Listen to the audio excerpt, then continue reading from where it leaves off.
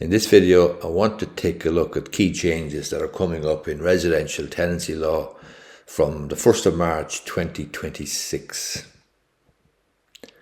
So we have a nationwide rent control situation from the 20th of June 2025 until the 28th of February 2026.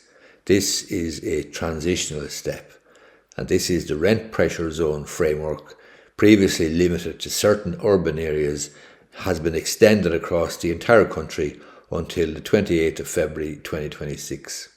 During this period, rent increases are limited to the lower of 2% per annum, or the rate of inflation measured by the harmonised index of consumer prices. The permanent national rental control regime will come into effect from the 1st of March 2026. This will be Ireland's first fully national rent control system. Rent increases for existing tenancies will remain capped at the lower rate of 2% or consumer price index inflation. New tenancies rent reset to market rate.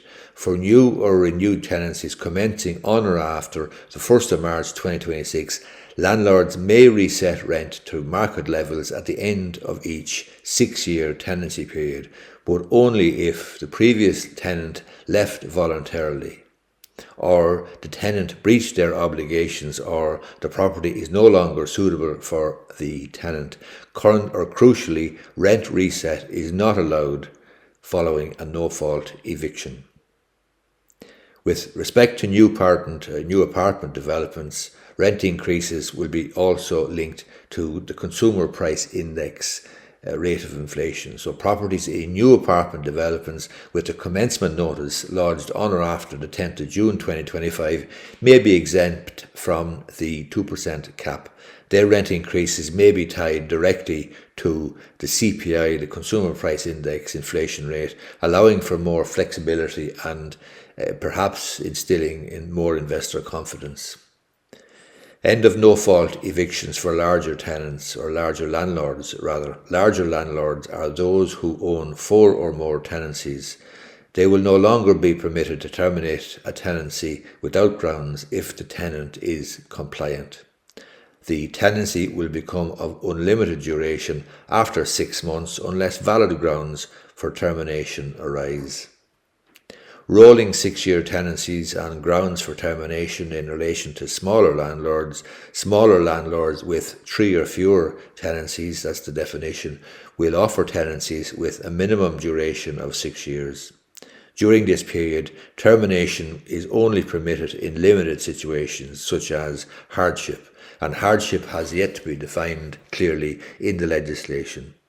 Property required for a close family member, for example, parent, child or spouse.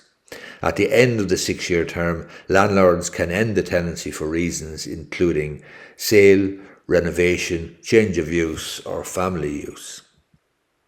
Other notable provisions then in the new regime from March 2026, landlords retain the right to sell a property with sitting tenants at any time, but clearly selling a property with sitting tenants is going to narrow very much and diminish the market you're selling to, because you won't be selling to people who want to live in the property. Obviously you have to sell to investors, so that's going to, the fact that you're able to sell with a sitting tenant is all very well, but it really will reduce the value of your property.